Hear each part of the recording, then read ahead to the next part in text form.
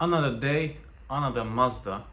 So today I'm going to do the intake port cleaning, the intake valves cleaning, and also the EGR decarbonizing and the EGR pipe decarbonizing as well. By the way, this client found me on YouTube because of my videos. This video will be a little bit different than the others because in this one I'm not going to go in detail of removing the parts, but rather than cleaning the parts and cleaning the intake manifold and the intake ports and the techniques what I use and how I do it. Obviously I'm gonna answer a few frequently asked questions as well regarding the coolant and the gaskets. So without further ado, let's jump straight into it. As you can see, I have already removed the engine cover. So the first frequently asked question is about the coolant, whether I top it up or change it or what I do after the cleaning. So I catch all the coolant in a container and then just reuse it. The second one is about the gaskets. You guys ask if I reuse the gaskets or if I buy new ones. As far as I know, you cannot buy the gaskets separately for the EGR or the pipings, only for the big intake manifold. However, usually I don't buy new ones. I just reuse the old ones because they are metal and they are still fine to be reused. Now I'm going to show you two methods how to check if your car needs the intake manifold and the intake ports cleaning. The first is to check. You see that bolt there? Behind that bolt is the map sensor. So I'm gonna remove the map sensor, and if the map sensor, the end of it, will be already dirty, that means that your whole intake manifold is dirty already. Another one is use a computer, run a diagnostic on the car, and then if it will show any EGR related faults, that means that your intake manifold and the EGR system needs the cleaning. As you can see, this car has nearly 100,000 miles on the clock, and I guess it was never cleaned before, so it is a very good time to clean it now. When I start up the car, it doesn't show the check engine light. It shows now, but when I start it up it disappears, but I'm gonna run the diagnostic software on it anyways and check for fault codes, and I will be back. So I ran the diagnostic software on the car and it didn't show any EGR related issues, so I'm gonna go with the second option to check the map sensor. So as you can see, the map sensor is broken, so I will have to remove it later and then replace it with a new one, but more likely it was dirty and old and brittle, and that's why it broke when I tried to remove it. So first step is to remove the battery, the under tray, this intake box and the intake piping. So as you can see, the battery is removed, battery tray as well, intake manifold, sorry, the intake piping, the intake box, and then the charge pipe. I plugged the holes with rags here, here and there, and also isolated the battery negative terminal cable. Now I'm going to remove the parts of the EGR, the lines, the coolant lines, and the EGR cooler, then the EGR and the EGR piping, secondary EGR, the throttle body, and then I'm gonna just pull the whole intake manifold off of the car. So here is how the parts look like after I removed them from the car. This is the EGR cooler.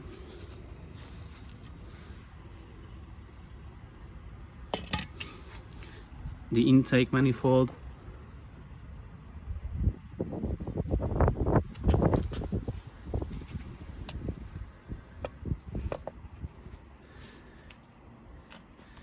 the EGR pipe, EGR,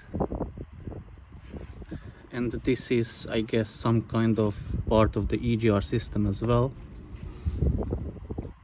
This is how the intake ports look like after I removed the intake manifold.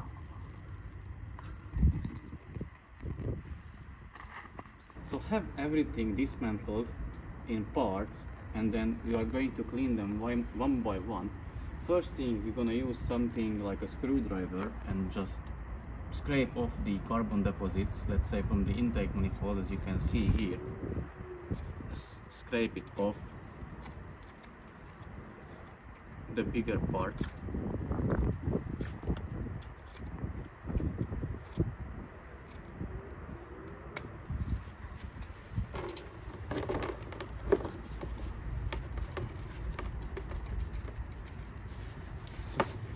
So scrape all the bigger parts off with the screwdriver, and then I will show you a method how to get rid of the smaller ones or the rest which is still inside of the intake manifold. And then use a blowtorch, burn out the rest.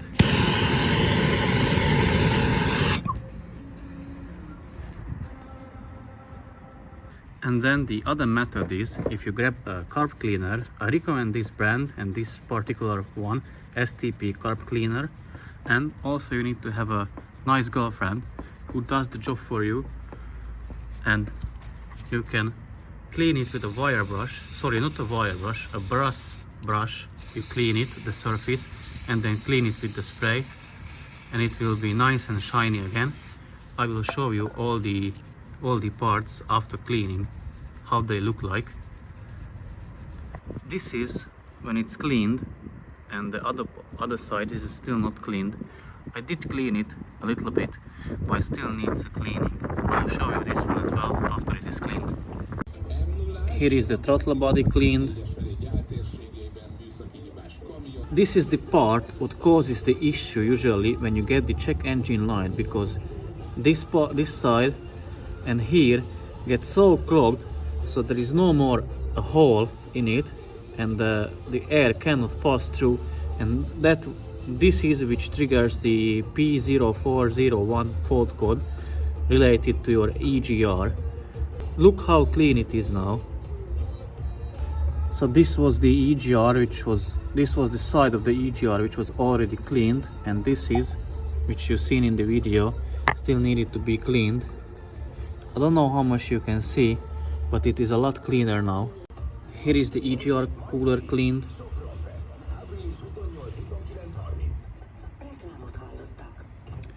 This is the most difficult part to clean. We cannot really clean the inside of it. Here is the EGR connecting pipe cleaned. And here is how the intake manifold looks like after the cleaning.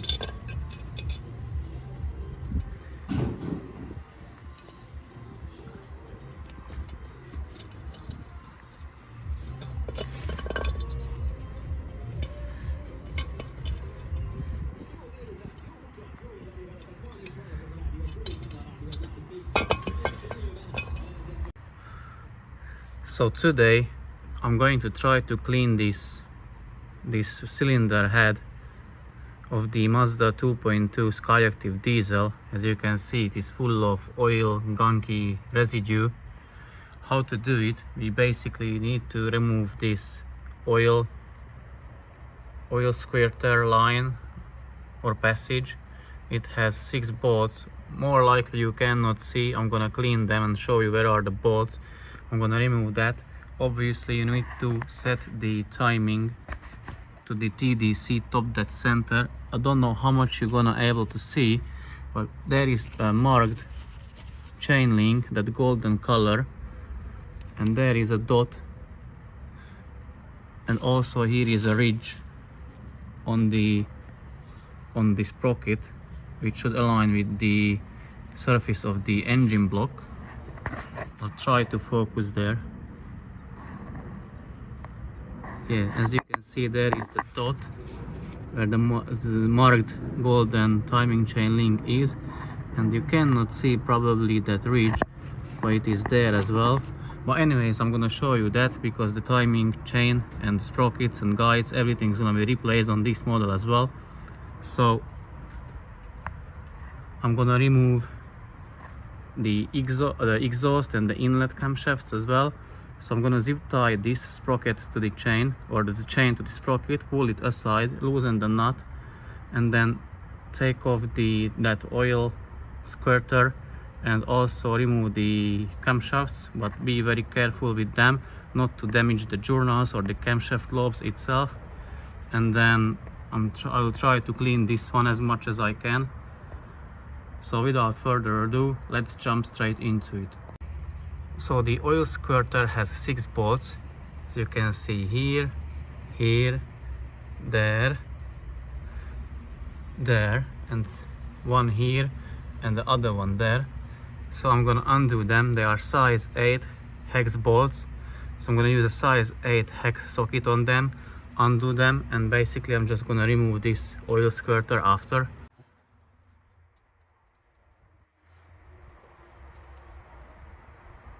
So as you can see, the chain is zip tied to this sprocket.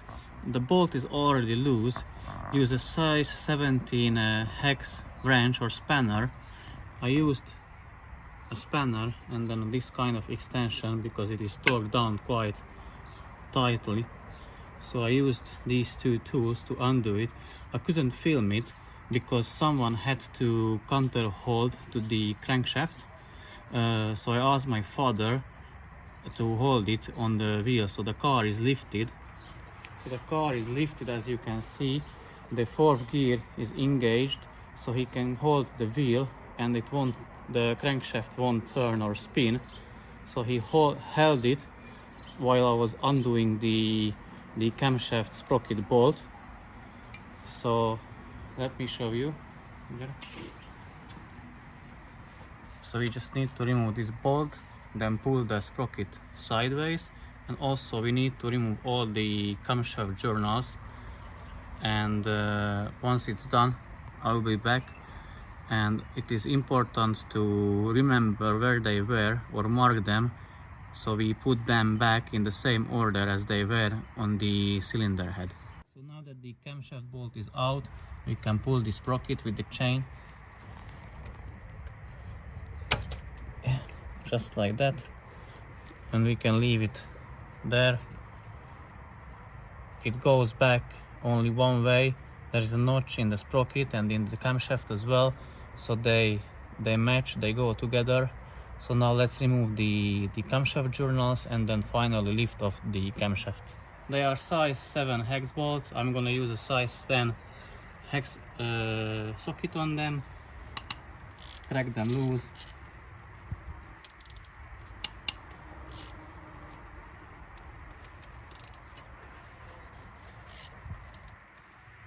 Now I'm gonna remove the bolts and then the journals and finally then the camshaft itself. So I have already removed 2 of the journals. Now I'm gonna remove the rest of them and put them aside exactly in the same order as they were in the engine. So now we can pull the camshafts. First let's put the intake side one and then the exhaust one.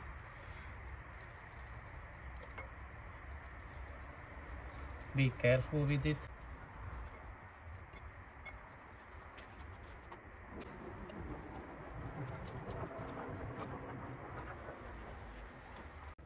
And also remove these rockers or rocker arms in order as they are in the car and put them aside exactly in the same order so that you can put them back exactly into the place where they before. So let's remove them.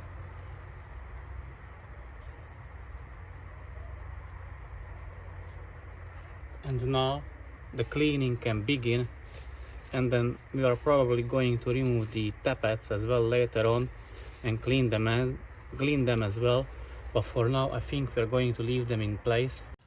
So first I decided to use this plastic pry tool. I'm not gonna use anything metal on this engine surface or cylinder block.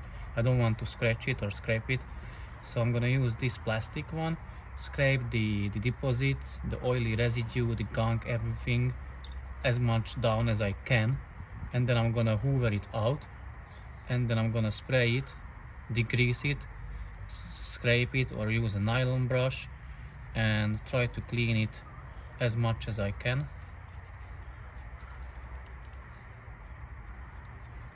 So basically just scrape everything you can.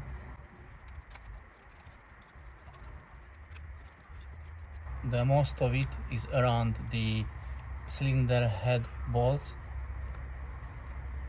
This is a sensor, be careful with that one, you don't want to break it. So I roughly scraped it around. Now I'm gonna hoover as much out as I can. So as you can see, we are quite getting there. So what I use a carb cleaner, also a brake cleaner, and a nylon brush. So basically I just brush always the surface, just brush it as much as I can, brush it off.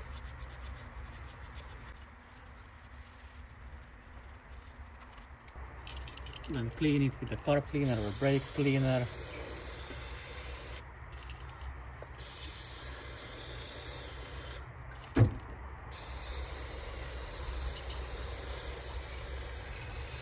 And as you can see, it gets the job done. Obviously all the fluid is going down to the oil pan, so the oil pan is not removed at the moment. I removed it, but I fitted it back with 2 bolts. But obviously you will need to change your oil after this, flush the engine, and we are going to clean the bottom of the engine as well, so I'm going to show you that one as well. But first I need to get this one cleaned properly. Once it is done, I'll come back and show you how it looks like. So the parts are clean now. I'm gonna clean them once again before putting them back. This is still the old one that's gonna be replaced. I already have the new one, and here is from underneath. At the moment I'm cleaning the gasket, so the surface, so that I can put the new silicone on it. So today I'm going to clean that one as well, the engine surface, and then the timing part of it. And tomorrow I will try to put everything back together, the timing, everything. And on Friday should arrive the oil and the oil filter, so I'm gonna flush it, and then hopefully on the weekend the car should be ready. So now we are going to do the timing chain on this Mazda 2.2 Skyactiv diesel. As you can see, I have already removed the wheel and the wheel arch, so that I have better access to the crankshaft pulley, the crankshaft bolt, also the timing cover, and all the parts which are accessible from underneath. From the top, I already marked the drive belt. I drew arrows which indicates where the engine is turning, or which direction the engine is turning to, because we are going to reuse the drive belt. So I'm gonna just take that off and I will need to move this ECU, the computer of the car, aside. So unfortunately I will have to cut with an angle grinder these security bolts, or whatever they are called. I will show you that. So I'll need to cut a line in them so that I can grab on them and then turn them with a screwdriver, and then I will be able to move this bracket and the ECU somewhere aside, and I will have access to the engine mount, and I will remove the engine mount, support the engine, remove the timing cover, and remove the components. As you can see, the valve cover is off, and also the camshafts are off and stuff like that, because I'm cleaning the engine, the cylinder head. I may include a footage how it looked like, or what the issue was, why I'm cleaning it. But for now, let's talk only about the timing chain. So now I'm gonna pop off the drive belt, as I said, and then move the bracket with the ECU somewhere aside. As you can see, I have put an offset spanner on the drive belt tensioner, and also an extension. It is not necessary, but I rather use it because it makes my life a lot easier. So let me show where the tensioner is. So as you can see, there is the tensioner bolt where you can loosen it. It is a size 17 hex bolt, so use a size 17 offset spanner and then push it that direction. And now the belt is loose. I'm gonna remove it, but I will put down the camera. So the drive belt is loose. I can remove it, and then I can further disassemble the things. So I cut a groove here with an angle grinder in all 4 bolts where they go. Also that way it cut into that set bolt as well. So basically when they were still in their place, I used an impact screwdriver with that, took out the bit out of it and then hammered it inside this one, and then put the impact screwdriver around it or over it, and then hit it with a hammer, the end of the impact screwdriver, and that way I was able to undo these bolts. In the manual says that you can use a chisel and cut a groove into the set bolts. I decided to go with the angle grinder because I think it would take me a lot more time to cut them. So anyways, now I can remove this bracket, and then I can disconnect the ECU, remove the bolts, and then set it aside. Now the ECU is off. As you can see, I disconnected the connectors. One is here and the other one is tucked there. Also, I removed this bracket. It was here. Now I can support the engine and remove the engine mount. So now, as you can see, the surface is prepared, the cylinder head as well, and also the timing side of the engine block as well.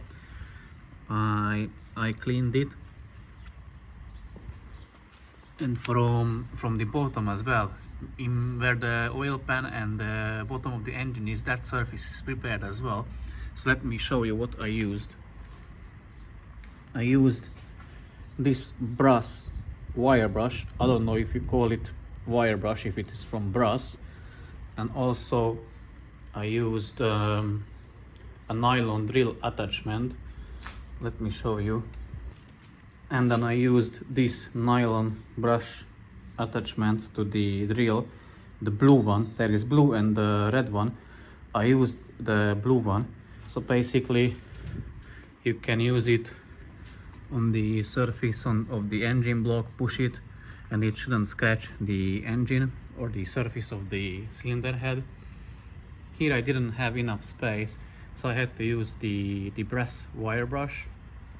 And also here is the timing cover. As you can see,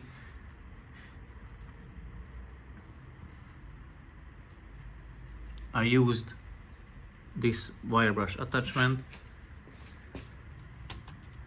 So now I'm gonna assemble the oil pump and the balance shaft, also with the new oil strainer. This is still the old one, so I'm gonna assemble this one and put back onto the car, onto the engine, and then gradually we'll put back all the parts which you can see here and finish up the engine, and finally I will start it up so you can see how it is running. So let me put back the oil pump and the balance shaft. But first I need to check the torque specs for that, and also it has to be in time as well, so I need to check the timing marks and how to align them and stuff like that. So I'll be back soon. So here is a HLA or tappet, or a hydraulic lifter as some of you may call it. It is from the Mazda 2.2 Skyactiv diesel engine. I'm gonna show you how to clean it and then bleed it and then fill it with engine oil. Always refer to your manual how to do it properly, but this tutorial is going to be valid for many different cars or engines which has these hydraulic lifters in them. So basically you remove it from the engine and then first clean it.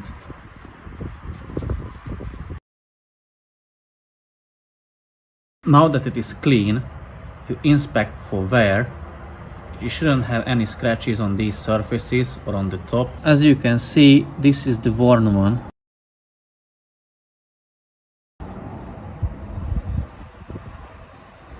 And here is a good one.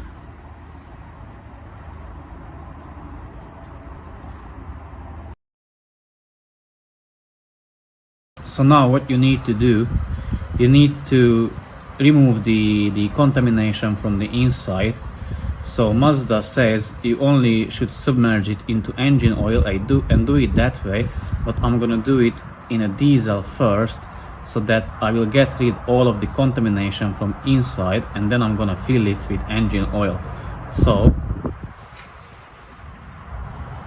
grab a round bar. In my case, I'm gonna use an Allen key or a hex key, whichever you prefer to call it.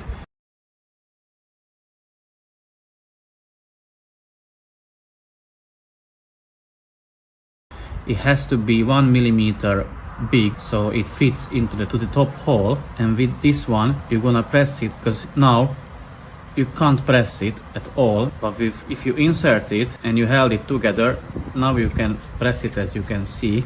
I'm going to submerge it into diesel so that I can clean the contamination from out of it. So let me show you. And now I'm gonna press it, and as you can see, all the dirt comes out.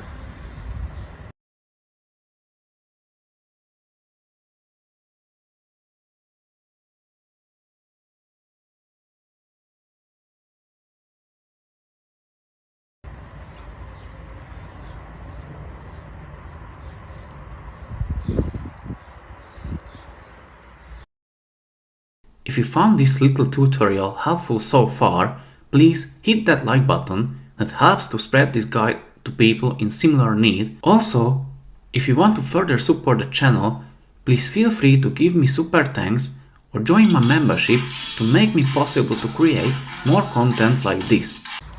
So do it until you have it 100% clean. You don't push that Allen key or Allen bit too much, because that check ball on the bottom of the tappet is very weak, so you don't want to damage it. Okay, so now it is clean from inside. Mazda workshop manual says that you shouldn't have any rebound in it, so if you press it, it shouldn't go down. Now I'm gonna remove the diesel from it.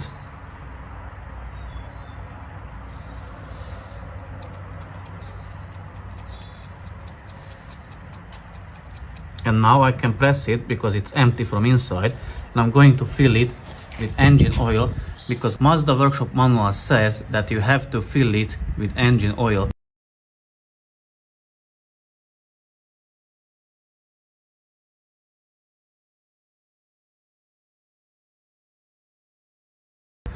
For different applications, you may use different methods. I mean, you may not have to fill it with engine oil.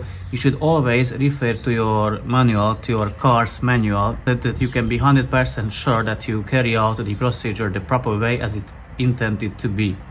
So now, clean it again.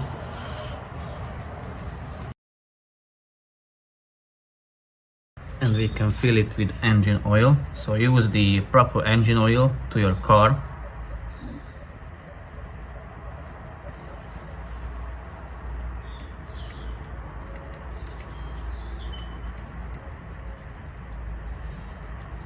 That should be enough.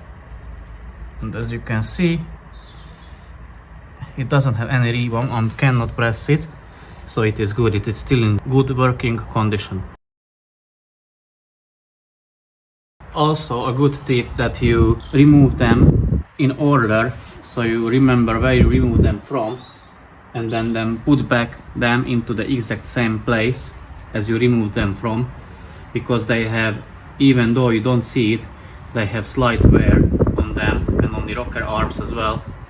So you want to put them back into the exact position where they were before. So the intake and exhaust camshafts are in place. They are torqued down already. I still need to put the oil squirter on them. The timing chain and the sprockets are in place as well. So I just need to torque the bolts down. Then I'm gonna put the cover on, and then unfortunately I'll have to clean it again, the intake ports. So I'm gonna do that then use sealant on the timing cover, little bit here as well, and down there on the oil pan, and then I'm gonna put back everything finally together and start it up. Okay, so it's now starting to look fairly good. The valve cover is on, the bolts are tightened down, these bolts as well. So all left is the injectors. First I'll need to clean them, then put them back, torque them down, put back the fuel lines, clean the mating surface for the intake manifold, remove the rugs, put them back, put back the EGR parts. The timing is done, or the timing part. The engine mount is back, the noise suppression covers, everything is back. The drive belt tensioner is back as well. Just still need to put back the drive belt, the engine ECU, and then from underneath I need to clean the oil pan, the mating surface, tighten them down, and then fill up the engine with oil and start it up. So the intake manifold is now back on, all the fuel lines are back, injectors, everything, they are torqued down, the pipes are connected, hoses are connected. So last thing is the battery tray and the battery, and then the intake pipe and the intake box, so not so much left to do. And also from here, the drive belt, I'll put that back on very soon. And then just the oil pan, I'll still need to seal the oil pan, put back the oil pan with the bolts, change the oil and start it up. So finally we are up and running, the engine is running. I'll need to do a few more tests just to check everything is working properly as it should, and the car then is good to go.